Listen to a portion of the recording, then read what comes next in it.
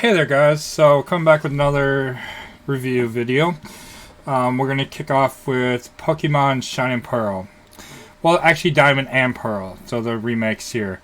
Honestly, they were both really good games. I liked them. They were really good.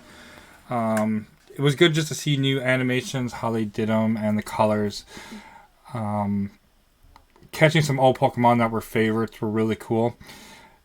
Only thing I really say I disliked about them was Lucario and Garchomp. Those two were so overpowered in the game, and there was no actual update to balance them out. Lucario, all it had to do was power up once, and then any move it used would be a team wipe. Like, there was nothing you could do to honestly defeat it quick enough. You faced a gym leader early on, which had Lucario, and being a steel type, you'd think you'd use a type against it that would work. No. Lucario would wipe you beforehand. You're never able to. Once you make it into the Elite Four, you'd face Cynthia, and she's got Lucario as her third or fourth Pokemon in. And if you make it somehow past Lucario and you still got your team alive, that's great. That is really great. Now, the problem is, you've still got her Garchomp to deal with, and that's her sixth and final Pokemon, and that thing powers up once, and it just slashes you right through every one of your Pokemon. It is very annoying. It's very unbalanced. Before this, like any Pokemon game, I could do a run right through the whole game without losing a battle. I mean, I could have close battles where I could almost lose, but I would, find a way out with revives and potions and stuff. But this game, there was no way to keep that alive. Even with legendary Pokemon help, there was nothing.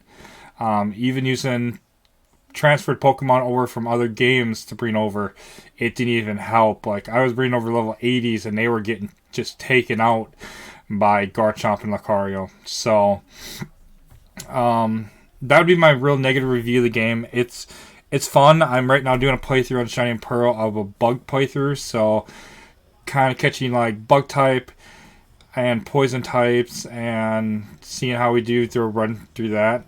I'm guessing we're going to lose a lot of battles, and it's just kind of for fun. Just mess a little bit of following, try to get some people interested, and just bring some fun to it, to the community here. So yeah, that's kind of like doing that. Kind of naming our characters something kind of funny, and we started off with I forget what the monkey Pokemon his name is, but we named him Goku, so kind of guess where that line is going. So we'll move on to our second our second game here, Pokemon Sword. So Pokemon Sword was not a bad game when it came out. It was nice to have the open world aspect as much as you could, and you could not hyper battle. You could do the raid battles and level up your Pokemon with the candies and stuff, and it was really nice. You could do battles with friends and invite them, and that was different stuff. One sec, guys. So there were so many good aspects. New Pokemon was definitely cool. Some of them just underwhelming just for the design of them. Different designs of different Pokemon just were underwhelming. Story arc as far as the main story was kind of lackluster. It just didn't... It felt like a Sun and Moon type of story. It's like they didn't really pick up much after that. I've done some replayability through it, like Nuzlocke and stuff, but I prefer just to do other stuff than just do a playthrough through the story. Competitive battling is so broken. I mean, now having legendary Pokemon is your teams, and there's no discoverability, there's no competitiveness, nothing. Everybody's using the same legendary, same builds. It's so annoying. If people were having no legendaries and they had to come up with other builds of the 800, 900 Pokemon, I'm sure they could come up with some unique builds and ban some of the Pokemon that were actually becoming pretty unique and overpowered. Make it so there was actually different uniqueness, but Nintendo, Pokemon, they don't like to do that. So overall, the game stayed alive for the last couple of years because that's been a competitive scene, and Nuzlocke and raid battles and stuff. So it's not a bad game if you're looking for that. Same as shiny hunting. Story wise, it just ain't my cup of tea, but it ain't nothing bad at all. It's definitely a game you could pick up and play if you can find it cheap.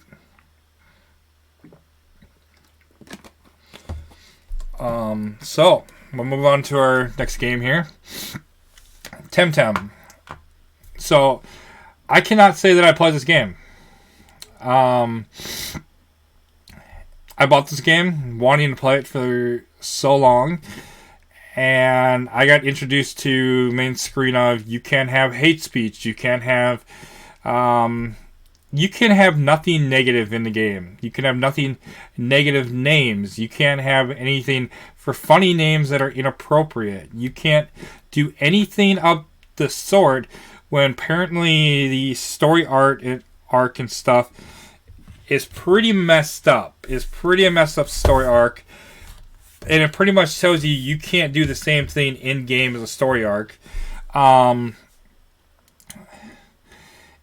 Against other players in game, or your account is banned and they can obviously take legal action against you. On top of that, if you stream or record the gameplay, then they own the rights to your streaming and recording software. They own your streaming platform, your recording platform. They own your site, your account, everything. This is legality they want. It's pretty much just a money scheme pretty much for them. I've seen other streamers were so happy that they sponsored the game in the beta form, and were so happy, and once the actual game came out and they were hit with that, they cut their sponsorship. Here's a game that could have been big as Pokemon, and it's just okay. It's got maybe 1.5 million followers now, and it's a dead game if you look at it that way. It's got some followers and it's got some player base, but it's not what it could have had. So I would advise, if you want to take the risk and everything, buy it. Price tag is a little high on it. I think it's like $50-$60. From what I heard, you can't really do too much in the game until end game. Everything you can really do is end game. You can't really buy stuff. You can't really do anything. You can't really change your character or do much like design stuff with your character until end game. And then after end game, then you can do all you want. Everything is titled for end game, and it's for out of pocket money expenses. So you're paying out of your pocket to make your characters better, customizations and stuff like that. So that is just a money scheme that is so stupid. It sucks that they went that direction when they weren't, they promised they were never going to go that direction, but they decided to, and it's really sad that it failed.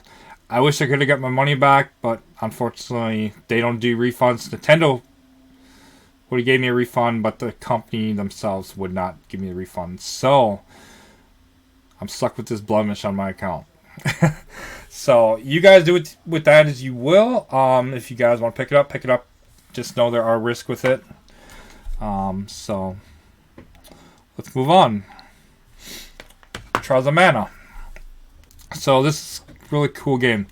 Trials of Mana, they have different series in the Mana series, and they all like the same. You go on a quest to save the Mana, collect the Mana Stones, and save the fairies. And little hint here, Trials of Mana is a little bit in Harvestella, so that's just a little spoiler for you.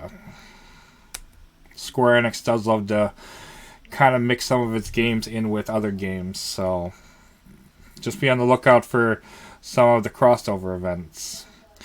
But anyhow, you pick one of 6 characters and you go on a quest save it. Each one is trying to become stronger. Each has its own story arc, and you're doing something different to try to get stronger. You level 8, I think it's 17 or 18, and 37 or 38 is when you become your max level. Then obviously there's like your mana level, which is like a god level, like a god tier that you can hit. That's your ultimate class, and I have not achieved that, but all my characters are like level 50 on my normal playthrough.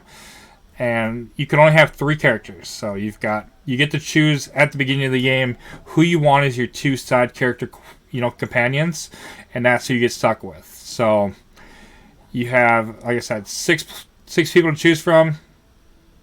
You get your main character. You get 2 other characters. You do get to control the 2 other characters as well on quests. So you initially got 3 characters to control. They all have their own abilities.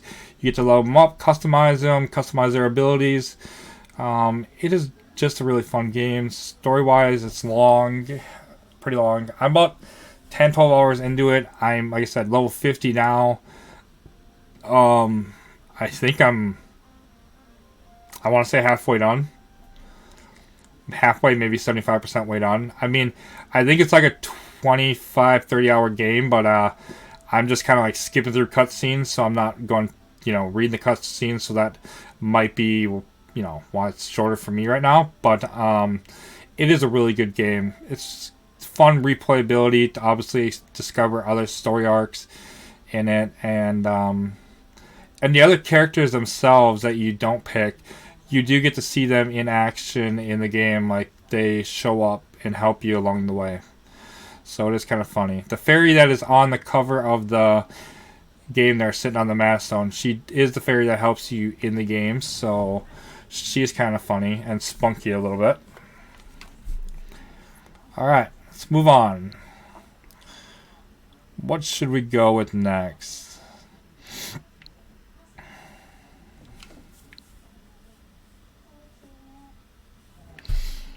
Final Fantasy XII, the Zodiac Age. Alright. I have yet to beat this game, and I've owned the original game and the new one. Let's see, the original came out when I was a teenager. And I've yet to beat it. So, like, what, 15, 16 years? I love grinding. I just love grinding and building my characters up. And, yeah, I've got everything unlocked pretty much in the game for character-wise. You got a board that you create your characters, and you get to unlock abilities, so you can unlock weapon items and stuff later on, advance the game, and then magic abilities and weapon abilities, and you've got accessories, you've got healing spells, you've got different abilities that are attached to the character skills themselves. There's so much there. You've got 2 different job classes you can have attached to each one. There are some that are just, if you look up like the top job classes to pick for each character, you can kind of find a list that's most overpowered for each character. Ultimately, you can go with whatever you choose or feel the best for each character, but I've kind of gone with what's OP for each class, and it's been so far overkill so far through my latest playthrough on the Switch here. It is a fun game. It is a long game. We've done cut screens on it, and we haven't skipped any, and it's been long. It's been a long game. We've done side quests. We've been doing so much on it, and it's a good game. I would ultimately recommend picking it up. It's not too expensive. I think it's pretty cheap. Replayability is definitely there for Final Fantasy games. Some Final Fantasy games you get done playing through and you're like, thank God I'm finally done with this, and like I don't have to play it again. And some you want to play again because it was so much fun. This definitely has that there. I'm having so much fun playing through it that I'm not in a rush to get through it. I mean, I've been on this game file since last October, and I'm a year in, and I'm almost towards the end, but I'm happy just progressing, a little here, training up and doing what I got to do. So I recommend picking it up. Like I said, there's so many ways you can do this. You can influence actions and stuff, make choices, impact storylines, and it's really cool. It's a really cool game. You've got different romantic arcs you can obviously go towards, and it's, man, I enjoy it. I would definitely recommend it. The cons of the game is, if you're somebody that likes rushing through games and speedrunning it, you are going to get destroyed. If you like speedrunning through it and not leveling up your characters and actually training them, you are going to get destroyed by every little boss. You can do it as most tactical as possible, but you better have a cheat code in there for unlimited health or unlimited money to be able to beat these characters, because you ain't going to speedrun through it without hacks or something. So it's definitely, the Zodiac Age was balanced up to not be speedrun through. I mean, if you count the speedrunning it through each mission in a timing manner, yeah, you could do it. But if you could pause the speedrunning to where you can level up your characters to a certain point, just so you could be equal level, equal ground, so you can pass that, great, yeah, you could do a speedrun. But if speedrunning has to count for the whole entire thing, even the training up itself, you're never going to be able to do it. So, but like I said, I recommend the game. Pick it up. It's really good. Alright, so if you guys want a Final Fantasy Tactics now, you like turn-based strategy games and you like a tactics style, the Mercenary Saga. We've got Mercenaries Rebirth, Mercenaries The False Phoenix, Mercenaries Blaze, and where are they here? Oh, I got it downloaded. I think I got it downloaded. I think.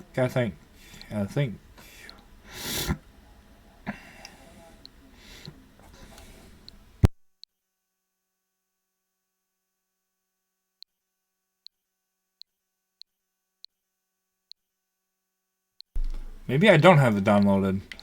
Mercenaries Saga. So pretty much the Mercenaries games is a bunch of different games based on like Final Fantasy. Oh, there it is. Chronicles. The Chronicles is 3 games in one, 3 stories, and then you got 3 more stories here with Blaze, False Phoenix, and Rebirth. Rebirth, I believe, is the newest one. 6 stories. I think that each around $15 a game. So $60 you get in 6 games. $10, I would say, a game. It's fun. You get to pick different job classes, level up your characters. It's not something you can. You're not going to level up really quickly. You're going to take your time grinding through stuff, and it's a lot of fun for something slow paced and cozy and relaxed. I enjoy the games. I play them in my free time, and I know you guys might see me on streaming a lot and think, when does this man have free time? I'm generally got free time early mornings. You don't see me on, and when I go to bed at night, when I'm done streaming, I just lay in bed. My sleep schedule is so messed up, so I won't disclose how much sleep I actually get, but I definitely get my gaming and my relaxed time in. Anyhow, the Mercenary Saga is a great game, great series. They do have some carryovers, so they get better and better as they go. And good storylines to each one. You can recruit characters, and they help you along the way. I haven't gotten as far into some of them where you can recruit characters like the mercenary part in like Final Fantasy Tactics, to where you can go to the bar or something, or I forget what it's called, the army or something. You could recruit characters that were in jail or something and turn them into mercenaries. I haven't gotten to that part yet, but it's a really nice game. It's a really done well game. If you're not into something that is like 1990s graphics wise, tactics based, or something that you can see right now with the graphics how it looks on the cover, this ain't a game for you. But yeah, I like the nostalgia, I like the graphics. I love the cozy, chill vibe, and it's something that brings me back to the olden days of gaming, and is a lot of fun. I definitely recommend picking up at least one to at least say, giving it a shot and seeing how you do. I might be wrong on the prices. I generally picked them up when they were around $10, $15 on sale, so it might be a little bit more.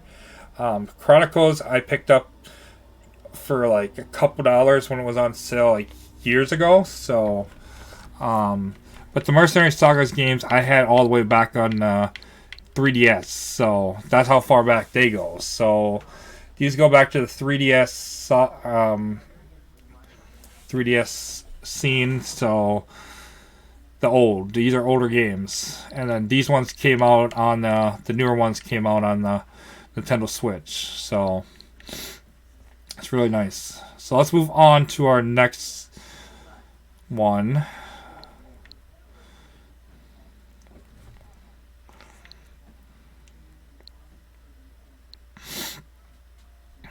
Sorry if you guys hear me sniffling. Got a little bit of a allergy cold going on.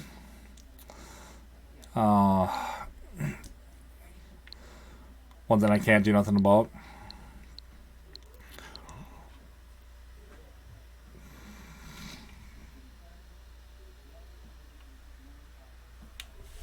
Nexomon. So we'll start here with Nexomon and Nexomon Extinction. They are both really cool games. Kind of think of Digimon, Pokemon crossover. You get some really cool characters to level up and evolve. You've got a lot of humor in the game. Some of it is adult humor. Something that a child may not understand. It is good. It's a cheap game, like $10, $15 game. You get to take on these evil monsters of the world that are gonna spill doom for the world, kind of like Dark Masters. You gotta defeat them, and then you got these evil trainers that are, trying to possess them, and are like their underdogs. Like they worship them, so they're gonna do whatever they can to protect them. And so it's a kind of funny crossover, Pokemon Digimon wise.